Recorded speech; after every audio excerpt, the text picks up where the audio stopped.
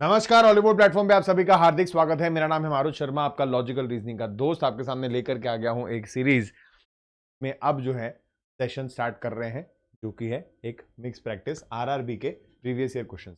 Mix practice है, RRB के previous year questions अलग अलग टाइप के, अलग अलग एग्जाम्स के हैं, ताकि एक ओवरऑल एक्सपोजर आपको। तो पहला ही सवाल आपके सामने, फटाफट ताबड़तोड़ जो है इसको सॉल्व करेंगे।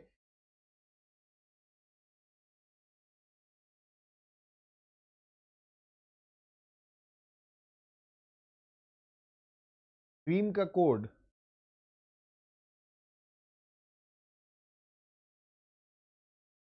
एकेडमी का कोड अगर ये है, बैरियर का कोड अगर ये है, अटेम्प्ट का कोड।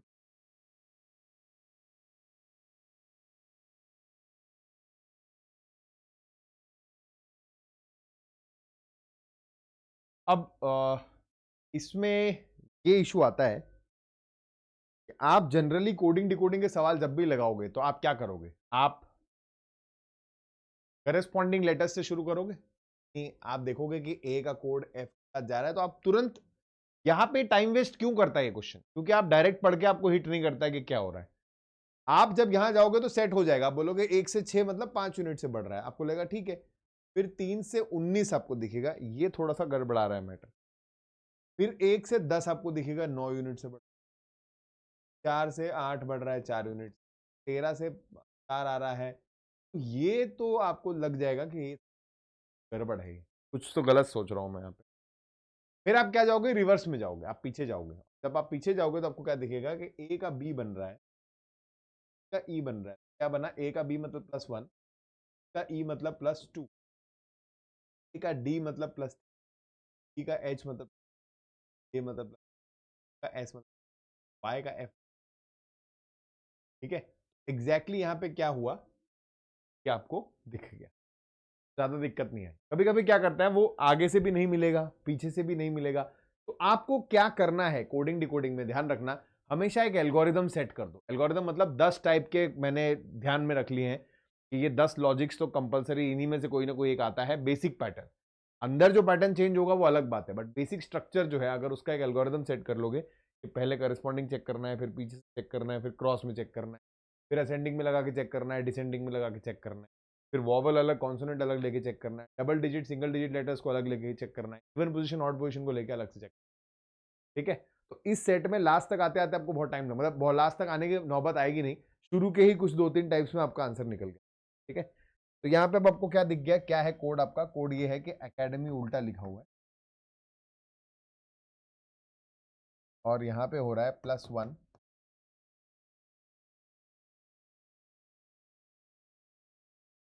25 में 7, 32 माइनस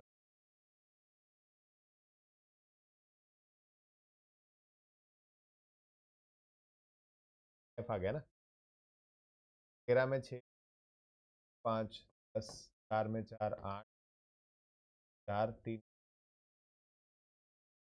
है ये। अब आपसे पूछ रहा है कि भाई अटेम्प्ट का कोड बताइए। अटेम्प्ट को उल्टा लिखेंगे ए। एक बार ऑप्शंस पे नजर डाल देना, स्टार्टिंग के 2-3 लेटर सेम दिख रहे हैं, एवीआर एवीआर आपको नजर आ रहा है ना? स्टार्टिंग के 4 लेटर तक निकाल दोगे तो आपको हिसाब किताब, यानी यहाँ पे 1 2 3 4 5 6 7 है, तो 7 + 5 + 4 + अब टी यानी 20 में 7 जोड़ा 27, यानी ए से शुरुआत हो जाएगी। 16 में 6 जोड़ा यानी 22, यानी 13 में 5 जोड़ा यानी 18 हो जाएगा। 5 में 4 जोड़ा यानी AVRI, AVRI पे पहला ही ऑप्शन है। ध्यान रखो जब भी चेक करोगे तो इस पे अच्छा खासा टाइम स्पेंड करोगे, ताकि इसमें जो है टाइम बचा सके। क्वेश्चन इजी है एकदम। अभी जब आपको समझा दिया जाएगा या सोल्यूशन क्लिक कर जाएगा या आप अच्छा खासा टाइम लेके सॉल्व करोगे तो क्वेश्चन बहुत आसान लगेगा, बट एक्चुअली जो है एग्जाम में यही क्वेश्चन टाइम ले जाते हैं। ये वाला बहुत इजी हो गया, डायरेक्ट ही आपको दिख जाएगा। स्ट्रीम का कोड अगर FUVEQ है तो इधर क्या है, 3 और 6, 18 21 + 5, फिर 1 और 5 4, 13 17,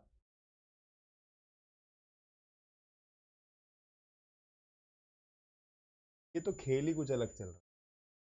जैसे देखोगे तो कुछ बने, पीछे से देखोगे तो कुछ बनेगा नहीं। यानी कि ये ना, ये एनालॉजी टाइप का सवाल है। आप आगे से देखोगे तो कुछ क्रेडिबल लॉजिक नहीं दिख रहा है, पीछे से आओगे तो भी कुछ नहीं दिख रहा है, रिवर्स करके कुछ नहीं दिख रहा है, क्रिस क्रॉस में भी कुछ नहीं दिख रहा है। अब आप क्या करोगे? तो ऑप्शन नहीं बचा आपके पास। तो फिर आप क्या करोगे? इसको एनालॉजी की तरह अटेम्प्ट करना है। मतलब पहला लेटर जो है वो कैसे चल रहा है आगे? टीम जो है, कोड है ए में प्लस 18 से 21 प्लस 3 में रिवर्स जा रहा है, और तो कोई लॉजिक लगी नहीं। 1 से 5 में इसमें 4 जुड़ रहा है, और 13 और 17 में भी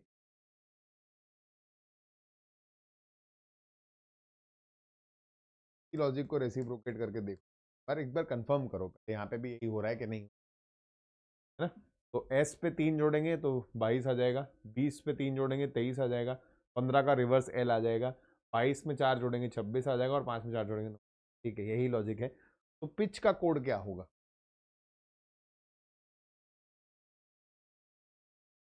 फिर लेटर्स, फिर आप लॉजिक देखोगे एस एल जी, तब दूसरे या तीसरे लेटर तक मैक्सिमम आपको आंसर मिल जाए। यहाँ पे 3, यहाँ पे 3, यहाँ पे रिवर्स, बस कम कर दो। 16 में 3 जोड़ेंगे 19, 9 में 3 जोड़ेंगे 12, और टी का रिवर्स आ जाएगा। एस एल जी पे आपका आंसर आएगा, जो कि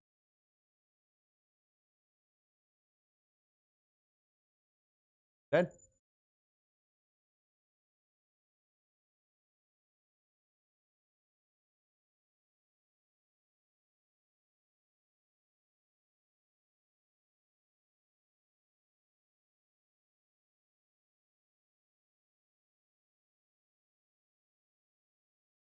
सुबह सुबह एक्स और वाई जो है एक दूसरे की तरफ चल रहे हैं एक पार्क में, मॉर्निंग में हो रहा है ये काम। ठीक है, in the morning X and Y are walking towards each other park. तो आप कैसे बनाओगे? मॉर्निंग का टाइम होगा, आप 99% इस फिगर को ऐसे ही बनाने वाले, बिना आगे का क्वेश्चन पढ़े हुए, और आपको लगेगा कि यहाँ पे सन होगा, यहाँ से सनराइज आ रही होंगी, मॉर्निंग का टाइम है तो when they meet each other, तो y की छाया सीधे x के सामने पड़ती है। y shadow fall straight in front of x। यार यहाँ तो शैडो दोनों की लेफ्ट या राइट में जाने वाली है ना? यानी कि ये फिगर क्या है? गलत है। तो अब आपको क्या करना है? भाई ये लोग ऐसे चल रहे हैं, सवाल बहुत कम आते हैं, बट आने को आ सकते हैं। इधर से ही सूर्य की किरणें आ रही, पूर्व से, मॉर्निंग का टाइम। अब बोल रहा है वो, अगर शैडो बनी हुई है आपकी, बन रही, सवाल पूछ रहा है कि फ्रंट में पड़ रही है, वाई की शैडो एक्स के फ्रंट में पड़ रही है। फ्रंट में किसके पड़ रही है? इसी के फ्रंट में एक शैडो बन रही है ना। तो ये कौन होगा? यही एक्स होगा और यही वाई होगा। वाई की शैडो एक्स के, तो एक्स किस दिशा में मुख करके था? एक्स किस दिशा में उन्मुख था? तो एक्स जो है वो पूर्व की ओर उन्मुख था। ईस्ट जो है मेरा करेक्ट, एक्स जो है ईस्ट की ओर था, ध्यान रखना। तो बहुत लोग ना ये बता देते हैं, ये बोलते हैं कि इन क्वेश्चंस का आंसर कभी भी जो है आपका नॉर्थ या साउथ ही आता है, ईस्ट और वेस्ट नहीं आ सकता है। तो आपके सामने उदाहरण है, राइट? जरूरी नहीं है, अपने आप को रिस्ट्रिक्ट मत करो, बस कॉन्सेप्ट पता रखो, और कुछ नहीं।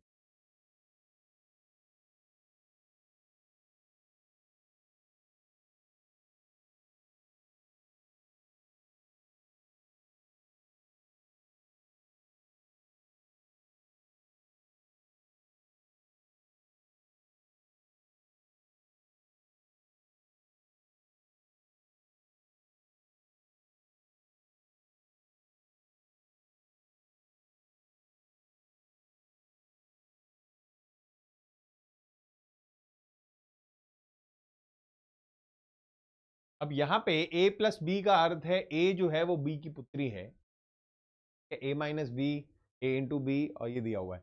अब p into Q minus S, ये देखना, p इंटू क्यू क्या है? Is the son of q। q minus S जो है, q is the wife of, है तो इनमें से कौन सा सही होगा? q is the father of p? नहीं। s is the father of p? हाँ। p is the daughter of q? नहीं। s is the wife of q, father of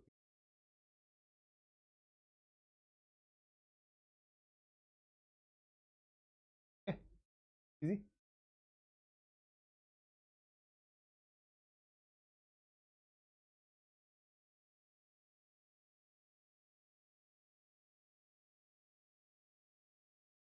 previous year questions पे आपको सिर्फ और सिर्फ दो चीजों के लिए निर्भर रहना है। Point number 1 practice of course, point number 2 exposure, कि भाई किस टाइप के सवाल मेजरली पूछता है वो, तो उसी के आसपास रहना है, ज्यादा दूर नहीं भटकना है, क्योंकि एग्जाम पास आ रहा है।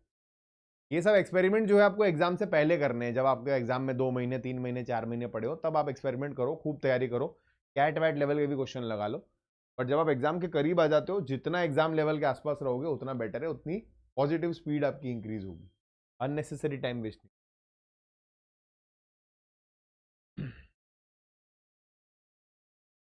मनोज जो है वो सपना के हस्बैंड है। सपना का शिफाली से क्या रिलेशन है, ये मेन क्वेश्चन है। आदत डाला करो, लंबे क्वेश्चन हो तो लास्ट में क्वेश्चन पहले पढ़ लिया करो कि पूछना क्या चाह रहा है। मनोज जो है वो सपना के हस्बैंड है। हुज मदर इज नीलम, सपना की माता है नीलम। नीलम के पोते हैं Aditya. Who is the brother of Shifali, Shifali is the daughter of Vijay. ये देखो, अब यहां आपने ना, मैं भी बना लेता यहां पे, लेकिन ग्रैंडसन पे ना कंफ्यूजन है। ग्रैंडसन पे हमेशा कंफ्यूजन होता है कि पोता है या नाती है। अच्छा, सवाल हिंदी में देखोगे तो पोता लिखा हुआ है। अब बेटी का बच्चा तो पोता नहीं होता है, यानी कि इनका भाई साहब है कोई, जिनका बेटा है Aditya. Grandson is Aditya. Who is the brother of Shefali, ये शेफाली का भाई। Shefali is the daughter of Vijay. Who is the brother of Manoj wife, Manoj की वाइफ का भाई। How is Sapna related to Shefali, Sapna का शेफाली से क्या संबंध। शेफाली के पिताजी बहन है, यानी कि बुआ जी हैं, paternal sorry paternal aunt. Question था, कोई झंझट। ठीक है,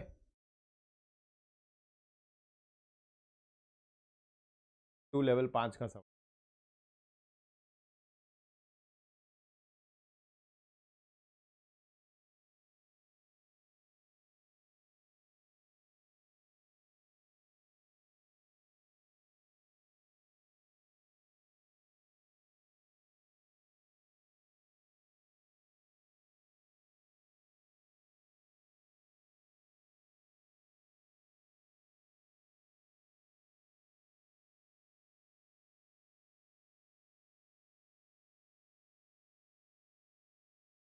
अब ये क्वेश्चन फिर आपको थोड़ा सा तंग करेगा, जब ये ऐसा कोई क्वेश्चन सामने आ जाएगा फिर थोड़ा सा तंग करेगा।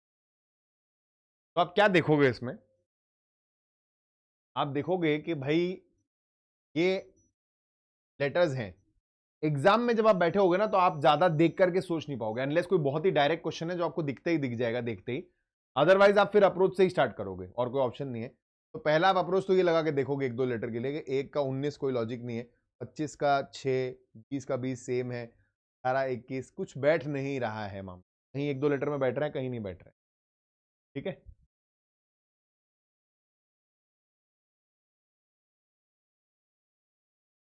हाँ बच्चा, सब करवाएंगे बेटा, सब करवाएंगे। अभी कल वाला सेशन देखोगे, उसमें यही वाले क्वेश्चन थे सारे, है ना, सब करवाएंगे। धीरे धीरे सबका मिक्स आएगा, आज भी आएगा, अभी इसमें भी आएगा। तो अब इसमें क्या हो रहा है, इसमें आप जब आगे से जाओगे तो बैठेगा नहीं, फिर आप जब पीछे से जाओगे तो आपको दिखेगा कि यार हाँ, ए का जेड, ए का बी बन रहा है +1, वाई का जेड बन रहा है +1, का यू बन रहा है +1, लेकिन फिर आर का टी बन रहा है, तो आपको लगेगा अच्छा +2 हो गया होगा, फिर ई का एफ बन रहा है +1 और एस का सेम है, ये तो कुछ गड़बड़ हो गई। कि पहले पहले 3 का तो सेटअप बन गया हमारा ना, लेकिन नेक्स्ट 3 का नहीं बन पा रहा है। नेक्स्ट 3 का क्या सेटअप है, नेक्स्ट 3 का सीधा सेटअप है, आर का एस है +1, का एफ है +1 और एस का टी, ये है लॉजिक। ठीक है, तो अब एल टी रीड का कोड आपको चाहिए, तो ये दो हिस्से में बट जाएगा। पहले आप इसको नॉर्मली डिवाइड करके लिखोगे, यानी एल टी रीड जो है आर ई, दो हिस्सों में बटेगा। एल टी आर पूरा का पूरा जो है वो उल्टा होके पीछे चला जाएगा, तो ये आर टी एल बन जाएगा, और ई ए डी पूरा का पूरा सामने एज इट इज आ जाएगा। और अब इसमें आपको क्या करना है, मात्र बस आपको +1 करना है, तो आपका आंसर आ जाएगा, ये आ जाएगा एफ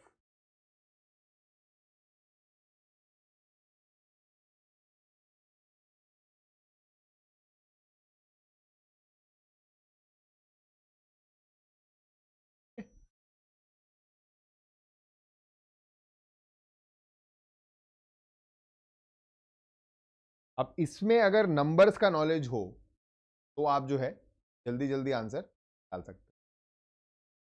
नंबर्स का नॉलेज अगर आपको होगा तो जल्दी आंसर आ जाएगा, क्योंकि जितना आसान ये क्वेश्चन है उतना आसान आपको फील होगा नहीं। एग्जाम में जब आप लिख रहे होगे तो आपको लगेगा नहीं इतना आसान तो नहीं, कुछ और ही होगा इसका। ठीक है, अब 20,736 है, इतना तो तय है कि ये मल्टीपल है, 36 इसका मल्टीपल है, यानी ये भी किसी का मल्टीपल ही होगा, वो भी चेक करना मुश्किल है। ठीक है, आप जो नंबर का थोड़ा बहुत जानकार होगा, देखो ऑब्वियसली पॉसिबल नहीं है, ऑलरेडी क्यूब्स ही याद कर लें वही बहुत बड़ी बात है, तो पावर 4 तो याद आप नहीं ही कर सकते, बट अगर आपको कहीं कहीं कैलकुलेट किया हो, कहीं पता हो, तो आपको दिखेगा ये कि 12 पावर 4 है 4,700। ठीक है, 3 से 36 कैसे आता है, तो आप बोलते हो सर 12 से गुणा करके आता है। तो किस नंबर को 12 से गुणा किया होगा तो 20,736 आया होगा, तो आप 12 से जब भाग दोगे, क्या 12 का क्यूब ही तो आएगा 1728, ऑप्शन डी। बट अगर पता ही नहीं है कि ये था, तो पता ही नहीं है तो ये था, तो क्या करोगे, तो फिर आपके पास एक ही रिस्क लेने का ऑप्शन है कि आप देखोगे 3 से 36 आने के क्या क्या तरीके हैं। कई लोग सोचेंगे कि 3 के डबल का स्क्वायर होगा ये, बट क्या ये परफेक्ट स्क्वायर है? 12 पावर 4 है, मतलब 144 का स्क्वायर है, बट ये तो आपको दिखेगा नहीं, राइट। तो लॉजिकली क्या था इसमें, आपको क्या करना था कि भाई 3 को 12 से गुणा किया, तो इसको 12 से भाग दोगे तो 1728 आपके पास।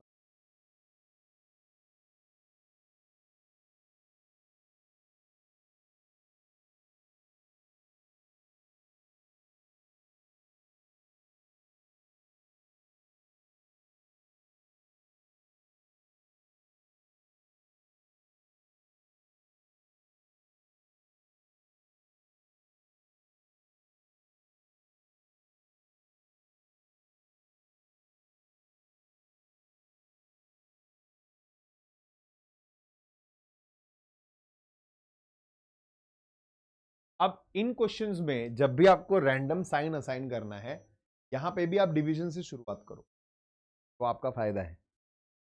यानी देखो कि कोई नंबर ऐसा है जो डिवाइड हो रहा है, उस पर डिवाइड लगा के चेक करो आगे बनेगा कि नहीं बनेगा। जो तीनों आपको दे रखे हैं एक्सप्रेशन, उसमें आपको दिखेगा कि ये जो बीच वाले नंबर है, तो डिवाइड लास्ट में भी 3 और 9 हो रहा है, बट वो हर जगह नहीं हो रहा है। बट बीच वाले जो दो दो नंबर हैं 24 और 6, 18 और 3, और 72 और 9, ये डिविजिबल हैं। ठीक है, दोनों डिवाइड हो रहे हैं। 24 और 6 को भाग दोगे तो कितना है? 4। अब 34, 4 और 5, 34 का 4 गुना करोगे तो कितना है? 4 गुना 120 और इस माइनस 5 100, यानी कि इसको अगर भाग दे दोगे, गुणा करोगे, ये गुणा ये घटा दोगे तो 131, इधर लगाओ, इसको भाग दिया तो 6 आ गया, 15 इंटू 6 हो गया 90, फिर माइनस 9 हो गया 81। यानी कि हमें क्या पता लग गया कि भाई एट द रेट जो है हमारा मल्टीप्लिकेशन मार्क जो है हमारा डिवाइड है, हैश जो है हमारा माइनस। हो जा रहा है यहाँ पे क्या सीखनी, क्या गलती करता है बच्चा यहाँ पे, कई बार वो लोग क्या करते हैं ना, आपको 2 यूनिट दिए हुए, आपने उससे आइडेंटिफाई कर लिया कि क्या कौन सा साइन क्या है, और शाबाश बेटा, और आप क्या लगाओगे उसी ऑर्डर में वो साइन लगाने बैठ जाओगे, पर वो यहाँ पे उल्टा कर देगा, यहाँ एट द रेट की जगह क्वेश्चन मार्क लगा देगा, क्वेश्चन मार्क की जगह हैश लगा देगा, उसका ऑर्डर बदल देगा, और आपको दिखेगा नहीं, आप जल्दबाजी में आंसर निकाल के सॉल्व कर दोगे। ठीक है, तो उस चीज का ध्यान रखना, ऑर्डर भी मायने रखता है। तो यहाँ पे क्या आंसर आएगा? 17 × 72/9। ठीक है, तो 72/9 कितना हो गया? 8। 8 और 17 कितना हो गया? इस हुआ ना, 5 फिर से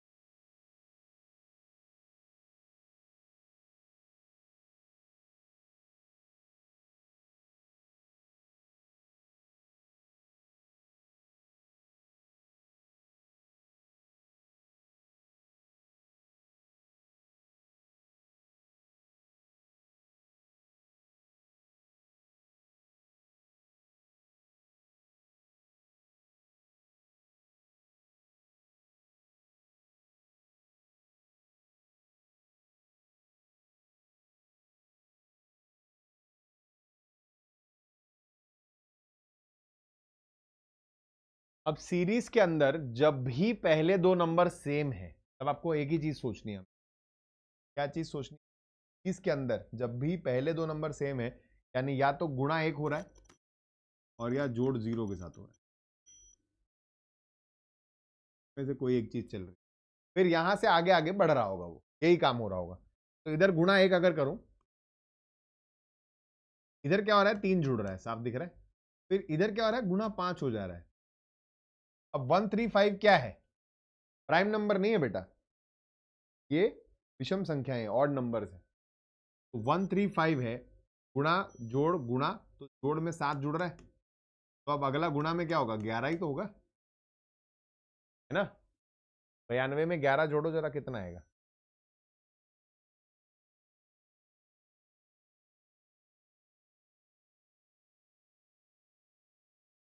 प्राइम नंबर 92 में 9 से गुणा करना है, तो 90 इंटू 9 हो गया 810 और 18 828। बी जो है हमारा।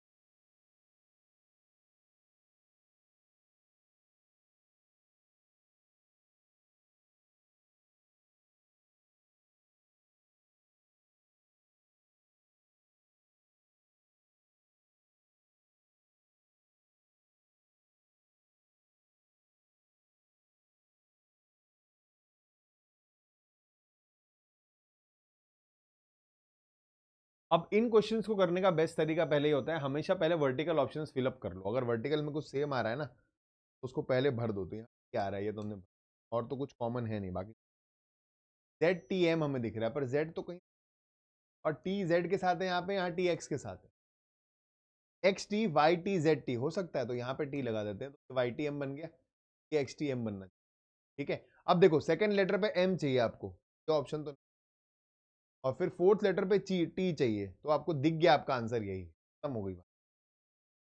ठीक है, ऐसे सॉल्व किया करो। अब पूरा अगर आप फिलअप कर दोगे, H M B T H T, क्या हो रहा है ये, B H X T M, B H Y T M, B H Z T M, option C हमारा।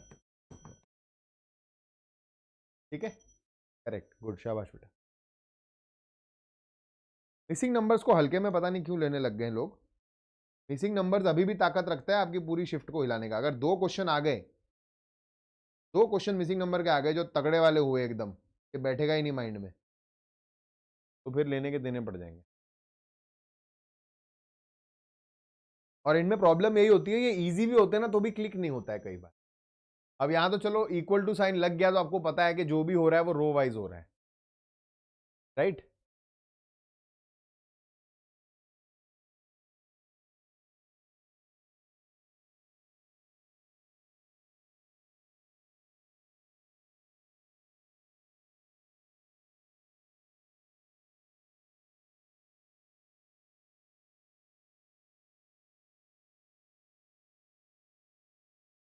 अब इसमें आपका अगर फिर से नंबर्स सही हैं अगर, तो आपको यहां पहले रो से बहुत हेल्प मिल जाएगी।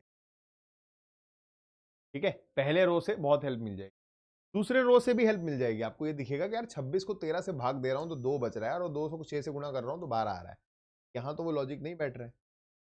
15/12 कितना आएगा, 5/4 8 आ गया। कुछ नहीं था, पहले दोनों को डिवाइड करना है और इसे मल्टीप्लाई करना है, आपको ये दिख जाएगा। ठीक है? आपको ये दिख जाएगा तो आप क्या करोगे, 15/12, 26/13, और 11/4, तो आंसर तो आपको मिल गया। बट एग्जाम में यही ट्रिक दिमाग में आए जरूरी नहीं। एक्चुअली क्या हो रहा है, एक्चुअली यही हो रहा है कि 15 और 8 को गुणा करके 12 से भाग दे रहे हो, क्योंकि 15 और 8 को गुणा करोगे तो 120 आएगा, 12 से भाग दिया तो 10 आ गया। वही काम यहाँ भी कर रहे हो आप, ऐसा कुछ अलग नहीं है, एक ही चीज होती है, बस देखने का नजरिया चेंज हो जाता है।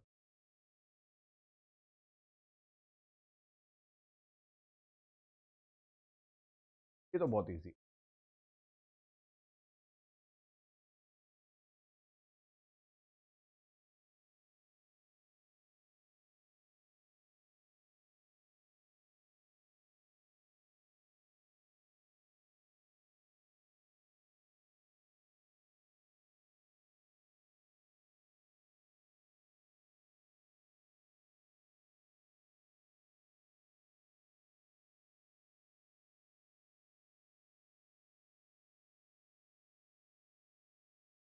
ये वाला आसान है, आपको दिखेगा कि भाई 12 और 33 जोड़ते हैं तो कितना आ रहा है, 45 आ रहा है। 10 और 28 जोड़ते हैं तो 38 आ रहा है, तो कोई बहुत दूर नहीं है ना। इसमें 12 यूनिट जुड़ रहा है, इसमें 10 यूनिट, तब यही वापस जुड़ रहा है ना। तो 12 प्लस 33 प्लस 12 यानी 12 का डबल कर दो। कहने का मतलब अगर इस कॉलम को, पूरे कॉलम को मैं 2 से गुणा कर दूं और इसमें जोड़ दूं तो ये वाला आंसर आ जाएगा। यानी 12 इंटू 2 24 प्लस 33 57, 10 इंटू 2 20 प्लस 28 48, तो 14 इंटू 2 28 प्लस 40। तो यूनिट डिजिट पे कितना आ रहा है 7। अच्छा 28 और 39 से 57 तो आ ही नहीं सकता आंसर, तो ऑप्शन ए ही मेरा करेक्ट आंसर है। 28 और 39 मतलब 50 और 17 यानी 67 हो गया ना।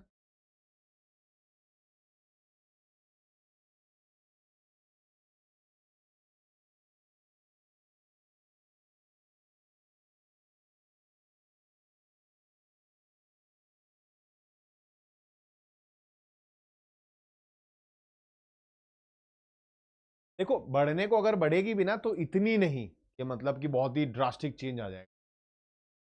फिलहाल के लिए तो उसको उतना ही लेके चलो, बट उससे डिमोटिवेट मत हो। मुझे पता है आप लोगों ने सुना होगा कि आपको तो एक ही सीट की जरूरत है, तो उसकी तरफ मेरा कहना है कि डाइवर्ट मत हो, अपना दिमाग डाइवर्ट मत करो, आप तैयारी पे फोकस रखो। ये एक्सटर्नल फैक्टर्स आपके कंट्रोल में नहीं है, कितनी वैकेंसी आएगी, कितना क्या होगा, ये स्टे ऑन दैट।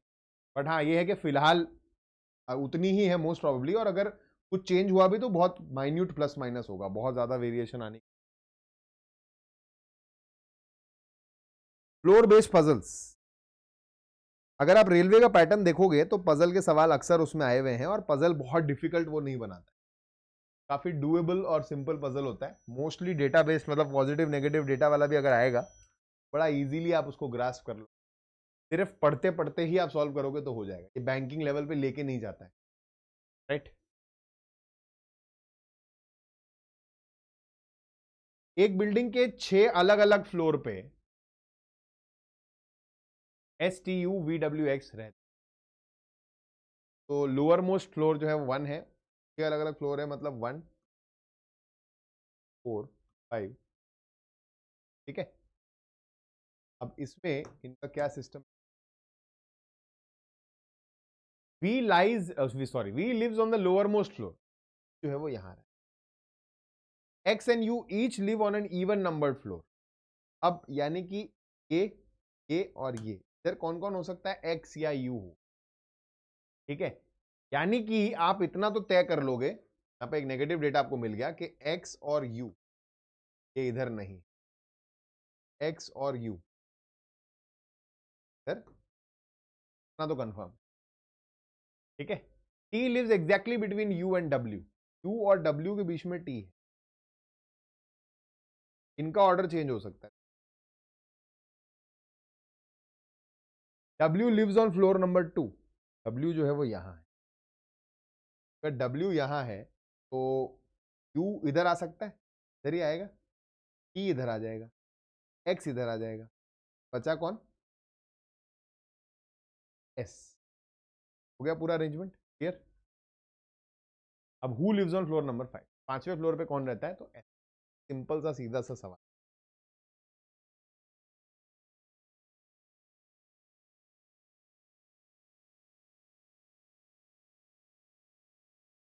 ये बड़ा इंटरेस्टिंग सवाल, सीबीडी 2 का क्वेश्चन है। हिंदी में चाहिए तो हिंदी में भी देख सकते, इजी है, बहुत इजी है। बट ये लैंग्वेज पढ़ के थोड़ा सा एग्जाम में अगर आ गया तो, मतलब सेम टू सेम तो नहीं आएगा, बट ऐसा कोई क्वेश्चन अगर एग्जाम में बन गया तो थोड़ा सा कंफ्यूज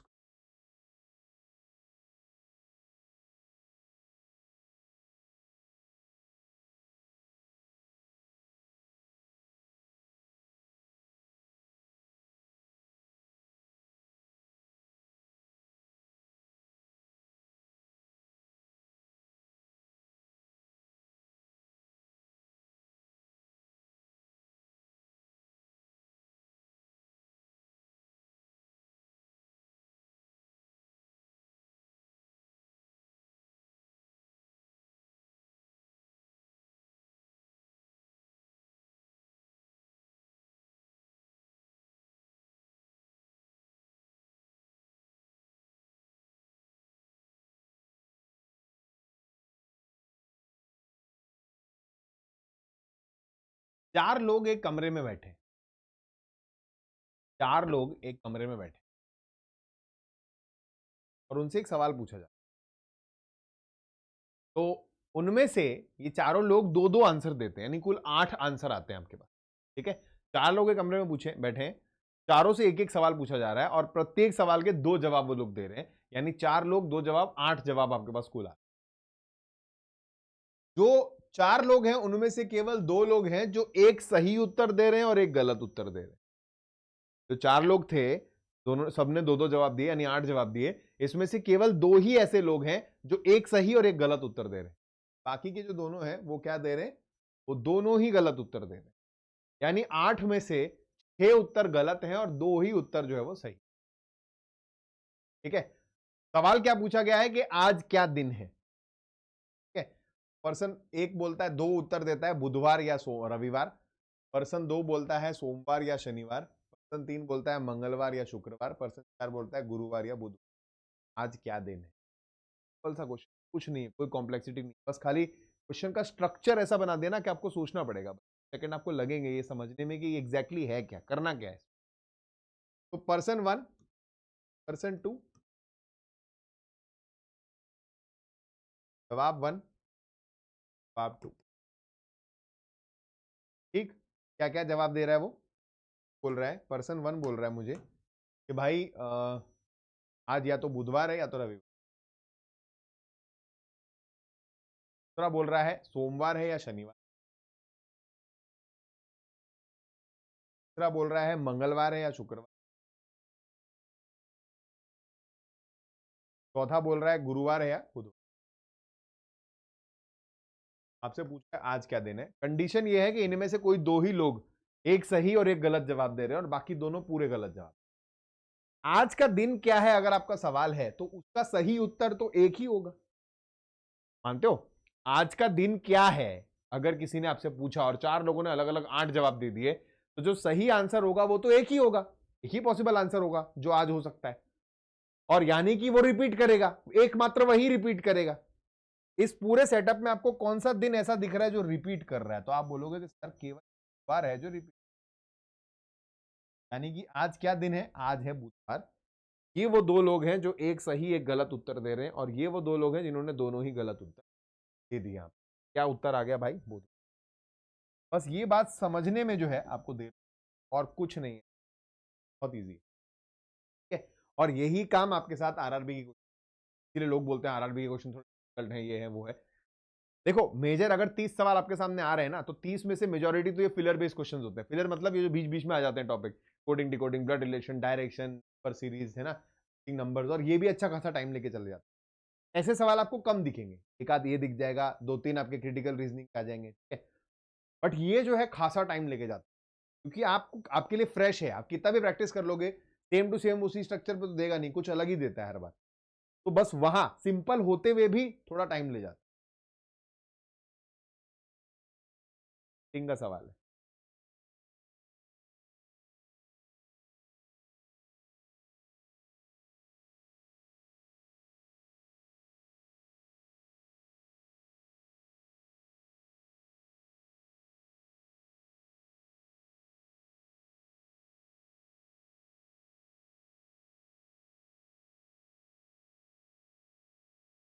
लेवल 6 का सवाल।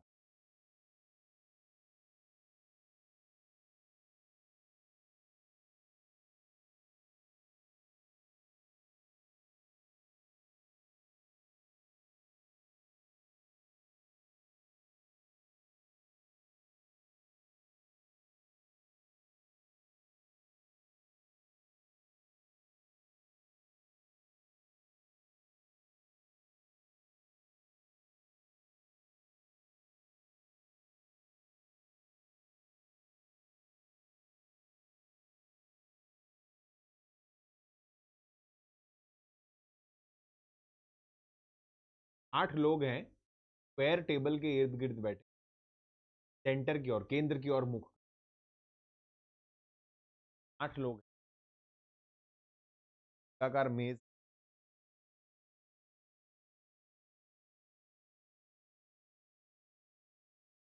5 लोग हमेशा ऐसे ही बैठते हैं इसमें, 4 कॉर्नर पर 4 साइड पे, पर आवश्यक नहीं है। कभी कभी वो ऐसे भी बोलता है कि दो दो हर साइड पे दो दो बैठे। पढ़ लो क्या बोल रहा है। 4 ऑफ देम कॉर्नर पे है, 4 तो 4 साइड फेसिंग द। पर इसमें ध्यान रखना, इसमें और सर्कल में एक फर्क होता है। हर कोई बोलेगा कि पॉलीगन में और सर्कल में कोई फर्क नहीं होता, सेम ही सीट, वो सब ठीक है। सर्कल में कोई शुरुआत या अंत नहीं है। आप कहीं से भी शुरू करते हो, कहीं भी बिठाना शुरू कर देते हो, कहीं भी आप एंड कर देते हो, क्योंकि सर्कुलर है तो कहीं से भी आप स्टार्ट करोगे घूम फिर के एक ही बात हो जाएगी। यहां पे भी वो लागू होता है, प्रोवाइडेड इन्होंने कॉर्नर या सेंटर स्पेसिफाई नहीं किया। तब अगर इन्होंने बोल दिया कि कोई व्यक्ति किसी से सेकंड लेफ्ट बैठा है, तो आप रैंडमली कहीं भी बिठा के नहीं शुरू कर सकते, क्योंकि आपको नहीं पता कि वो जो व्यक्ति है, बेस व्यक्ति के सेकंड लेफ्ट पे कोई बैठा है, वो सेंटर में बैठा है या कॉर्नर में बैठा है। बस एक चॉइस एक्स्ट्रा आ जाती है। तो शुरुआत हमेशा उससे करो जिसका आपको स्पेसिफाइड हो कि वो कहां बैठा है, वो साइड पे बैठा है या कॉर्नर पे बैठा है। वरना क्या होगा, दो केस लेके सॉल्व करना पड़ेगा, एक बार इधर बिठाओ एक बार इधर बिठाओ, फिर आधा केस लगाते हुए वो क्वेश्चन कैंसिल हो जाए। तो पहले ही ऐसा आइडेंटिफिकेशन करके डेटा लगाना शुरू करो जहां पे आपको जो है केसेस ना बनाने पड़े मल्टी, है ना। भाई बैंकिंग का सवाल तो है नहीं, बैंकिंग का होता तो केस बनते ही बनते, उसके अलावा ऑप्शन नहीं। बट यहाँ पे यूजुअली ऐसे क्वेश्चन नहीं दिखेंगे आप, सीधे सीधे ही आते हैं। तो 4 लोग जो है, अच्छा ठीक है, यहां से आप क्वेश्चन, डी जो है एक कॉर्नर पे बैठा है, तो डी को यहां बिठा देते हैं। एक कॉर्नर पे, किसी भी कॉर्नर पे बैठा हो सकता है, अब उससे फर्क नहीं पड़ेगा। आप जहां भी डी को बिठाओगे वहां से कहानी शुरू हो जाएगी। Only 2 people sit between D and see when counted from the left of D. D के लेफ्ट से जब काउंट कर रहे हैं तो डी और सी के बीच में केवल 2 ही लोग हैं, यानी ठीक है। When only 3 people sit between C and B, अब सी और बी के बीच में 3 ही लोग हैं, तो इधर से और 3 इधर से, यानी बी जो है वो आपका। M sits third to the left of B, B के तीसरे लेफ्ट पे, मतलब 1 2। K sits immediate right of M, M के इमीडिएट राइट पे जो है वो के, फटाफट लगता है। A is neither an immediate neighbour of B nor C, A ना तो इधर बैठा है ना तो पास और कोई जगह नहीं है। जे सिट्स इमीडिएट लेफ्ट ऑफ ए, ए के इमीडिएट लेफ्ट पे जो है वो जे। बचा कौन, एल ही बचा। Who is sitting second to the right of L, right पे कौन, ठीक है। टाइप के अरेंजमेंट्स, इसी टाइप के पजल्स आपको दिखते हैं टूल। बहुत इजी क्वेश्चन, एकदम डायरेक्ट।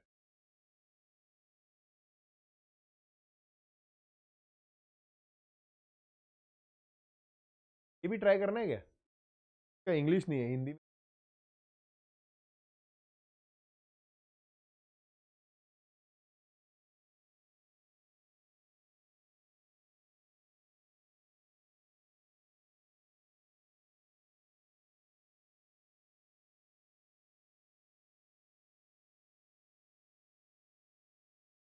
क्वालिफाई, हर क्वेश्चन गलत थे तो तुम्हें क्वालिफाई क्यों गया।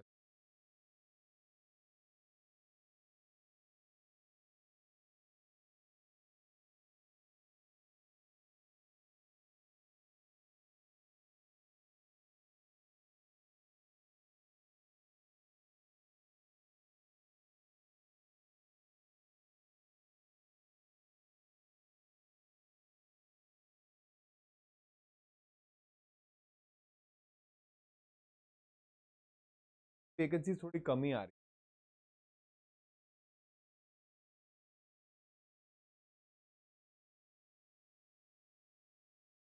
10 लोग, 10 लोग दो समांतर पंक्तियों, एक और दो में बैठे, 10 लोग बैठे हैं, मतलब 5 एक तरफ और 5।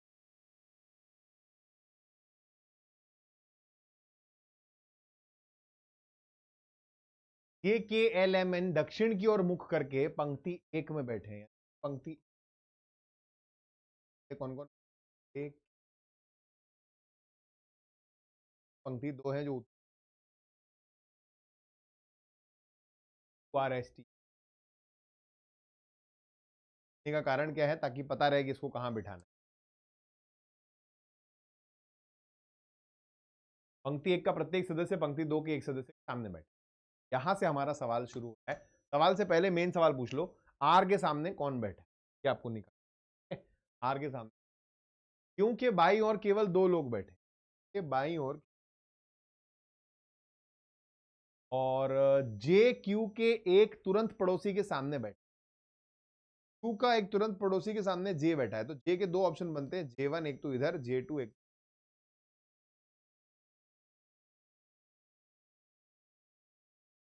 जे बैठा, एम जे के तुरंत बाईं ओर बैठा है, यानी अगर J1 इधर है, J1 इधर है और J2 इधर है, तो ऑप्शन में जो व्यक्ति के सामने बैठा है वह एस के तुरंत बाईं ओर बैठा है। के सामने जो व्यक्ति की ऊपर वाली लाइन में एस के तुरंत बाईं ओर बैठा, ठीक है। सवाल ये भी कह रहा है कि न तो के और न ही एस किसी स्कोर पर बैठे, यानी कि इधर इस तीन जगह पे तो ये नहीं बैठ सकते, ठीक है। इधर भी नहीं बैठ सकते हैं, क्यों? क्योंकि इधर के ब्लैंक और एस यहां आएगा, पॉसिबल नहीं है। के ब्लैंक और एस इधर बैठ सकते हैं और इधर भी नहीं बैठ पाएंगे क्योंकि एस छोर पे आ जाएगा। कोई ऑप्शन ही नहीं बचता, इनके पास यही ऑप्शन बचता है, के क्यू और एस, ठीक है। अगर ये हो जाएगा तो M2 और J2 कैंसिल हो जाएगा, यानी कि J इधर बैठा होगा और M, ठीक है। S और T के बीच केवल दो लोग बैठे हैं, तो ये तो मुमकिन तभी होगा जब N U के एक तुरंत पड़ोसी के सामने बैठे। अब अगर U यहां होता, U के एक पड़ोसी के सामने N बैठा हो तो हो ही नहीं सकता, यहां है कि एक तुरंत। अब इधर कौन बचा? R। इधर कौन बचा? क्या पूरा सवाल पूछ रहा है आर के सामने कौन बैठा है, आर के सामने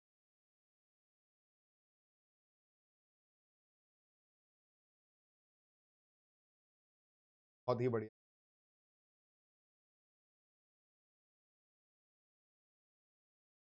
ना, इजीली ये सॉल्व हो जाएगा ना, ना ही आपको एक्चुअली ये क्वेश्चन कोच में भी डाल सकता है। अच्छा, वैसे डिस्क्वालिफाई मिनिमम कट ऑफ नहीं हुआ,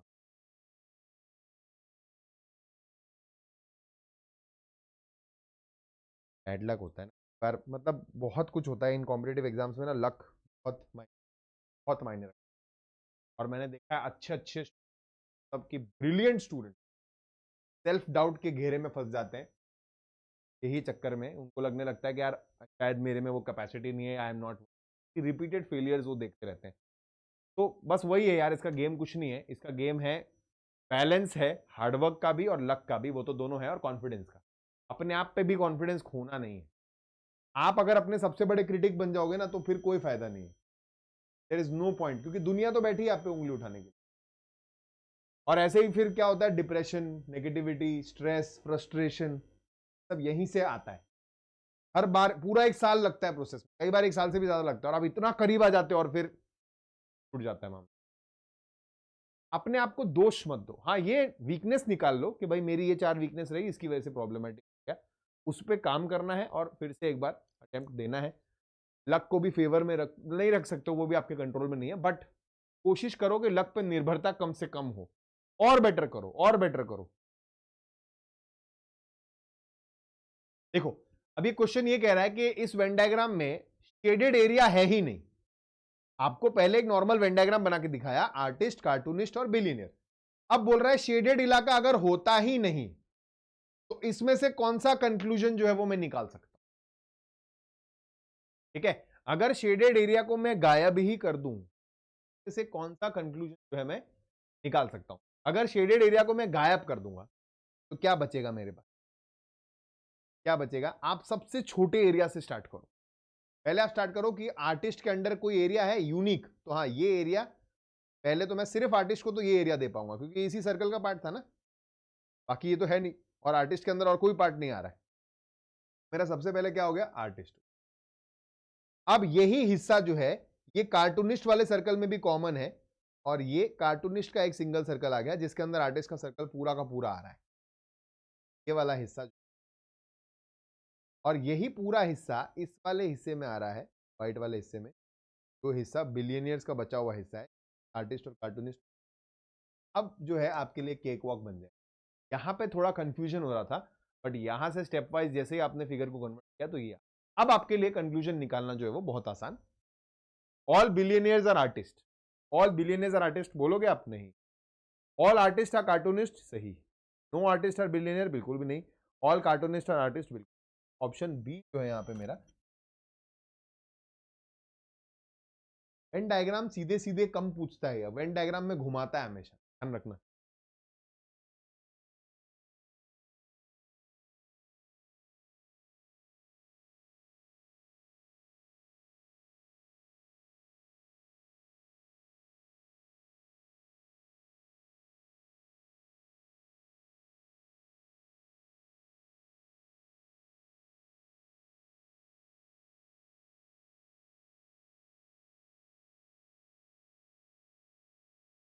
ऑल पॉट्स आर सैंड्स, ही पॉट्स जो है,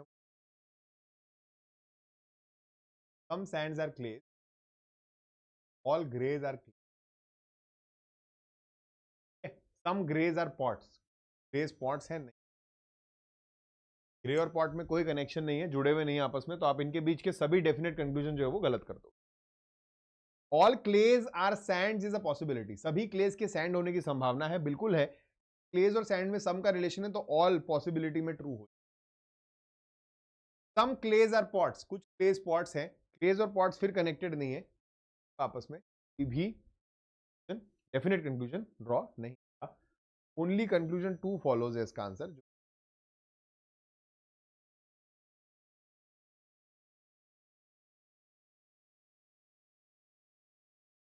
अब देखो ये वही है, क्या है, क्वेश्चन पूछने का तरीका चेंज कर देगा, बाकी बहुत सीधा सा सवाल है, सवाल में कोई दम नहीं है, ठीक है, लेकिन क्वेश्चन प्रेजेंट करने का तरीका चेंज कर देगा और आप एग्जाम में ऑफ बीट चले जाओगे।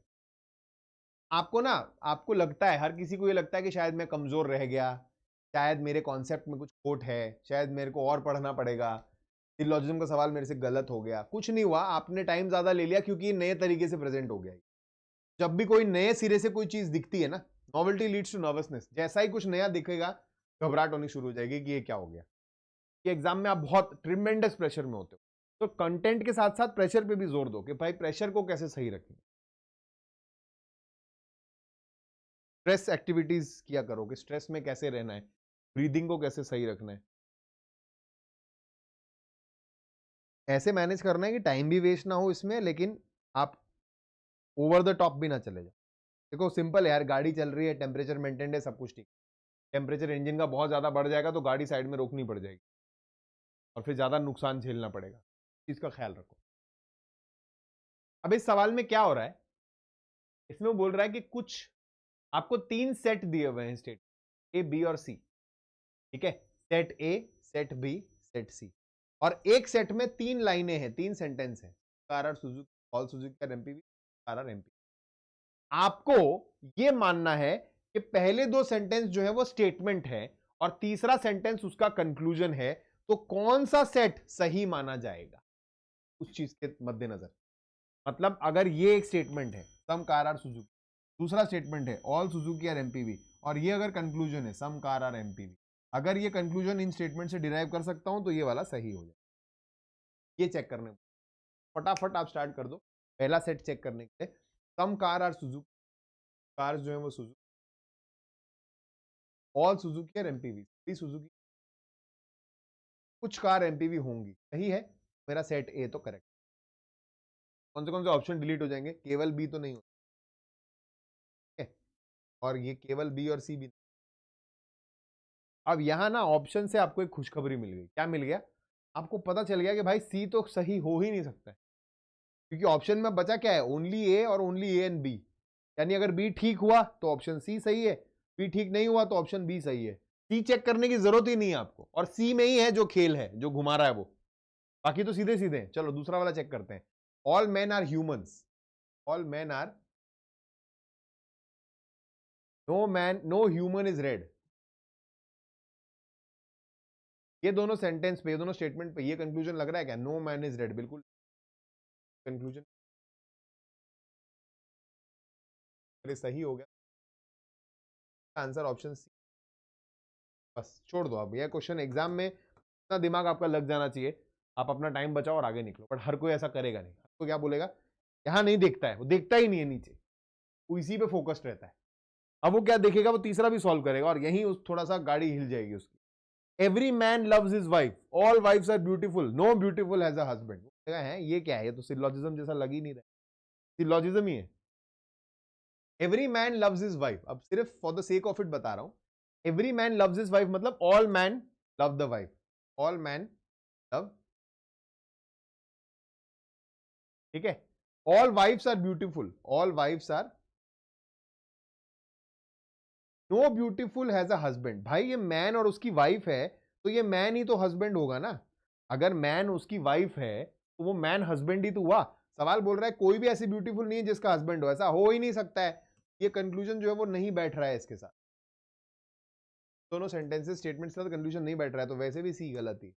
पर आपको तो चेक ही नहीं करना था, ऑप्शन देखा होता तो ये दिक्कत नहीं होती। ये है प्रॉब्लम, प्रॉब्लम आइडेंटिफाई करो। बाहर बाहर से देखोगे तो ऐसा ही लगेगा कि सब कुछ सही चल रहा है।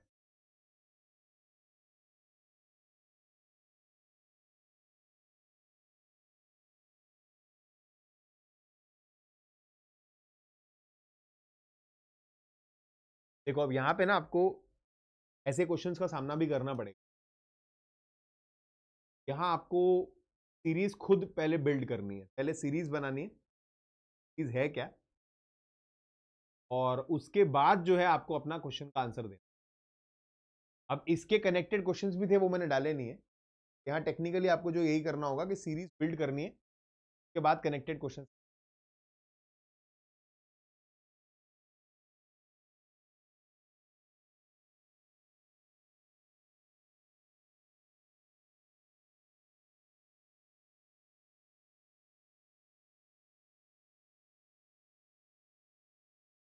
बहुत इजी क्वेश्चन है, ठीक है। अगर तो आपको समझ आ जाएगा ना तो आप तुरंत कर लोगे इस क्वेश्चन, बट आपको समझ आएगा नहीं, आप क्या करोगे मैं आपको बताता हूं।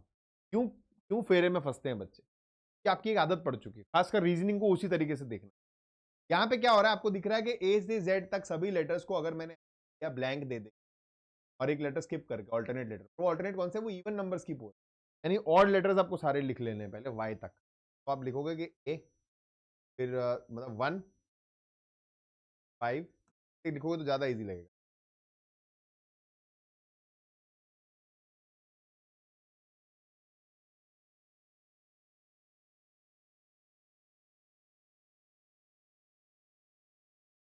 ठीक है, अब बोल रहा है कि जो बाकी के लेटर्स हैं, ठीक है, जो बाकी के लेटर्स हैं वो उल्टे पीछे से लिखे जा रहे हैं। इवन लेटर्स है ना, इवन लेटर मतलब 26 से स्टार्ट होगा, यहां से लिखना 26 24 22 18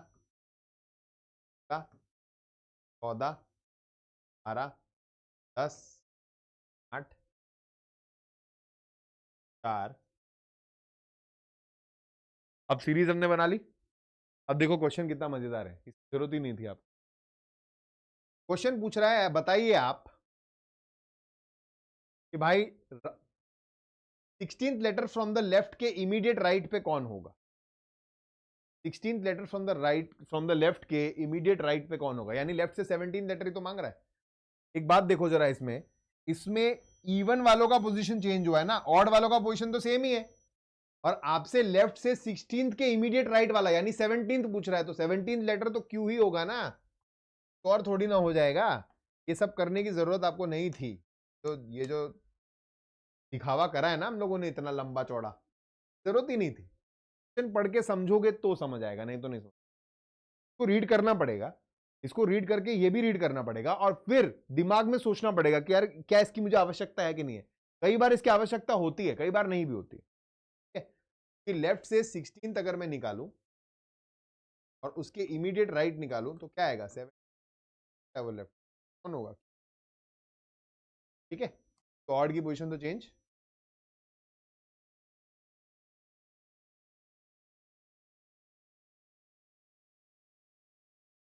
यह आज के सेशन का आखिरी सवाल है।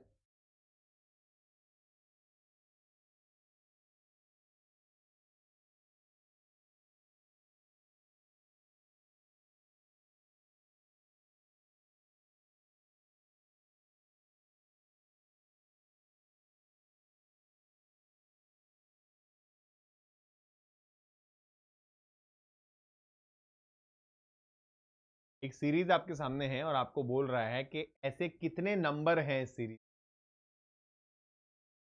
जो कि जिनसे पहले एक सिंबल आ रहा है बट इनके बाद एक लेटर नहीं आना, यानी सिंबल नंबर का कॉम्बिनेशन ढूंढना है आप। पेयर में ढूंढोगे जल्दी मिलेगा, ठीक है। सिंबल नंबर का कॉम्बिनेशन पर बाद में लेटर नहीं होना चाहिए, ठीक है। सिंबल नंबर का कॉम्बिनेशन बाद में लेटर है, पर सिंबल नंबर का कॉम्बिनेशन बाद में नंबर है, सिंबल नंबर चाहिए ना।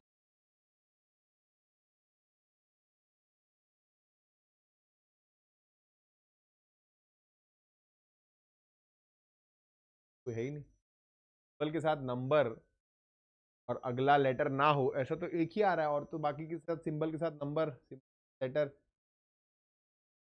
सिंबल के साथ लेटर, सिंबल है ही नहीं, और एक ही आंसर है। और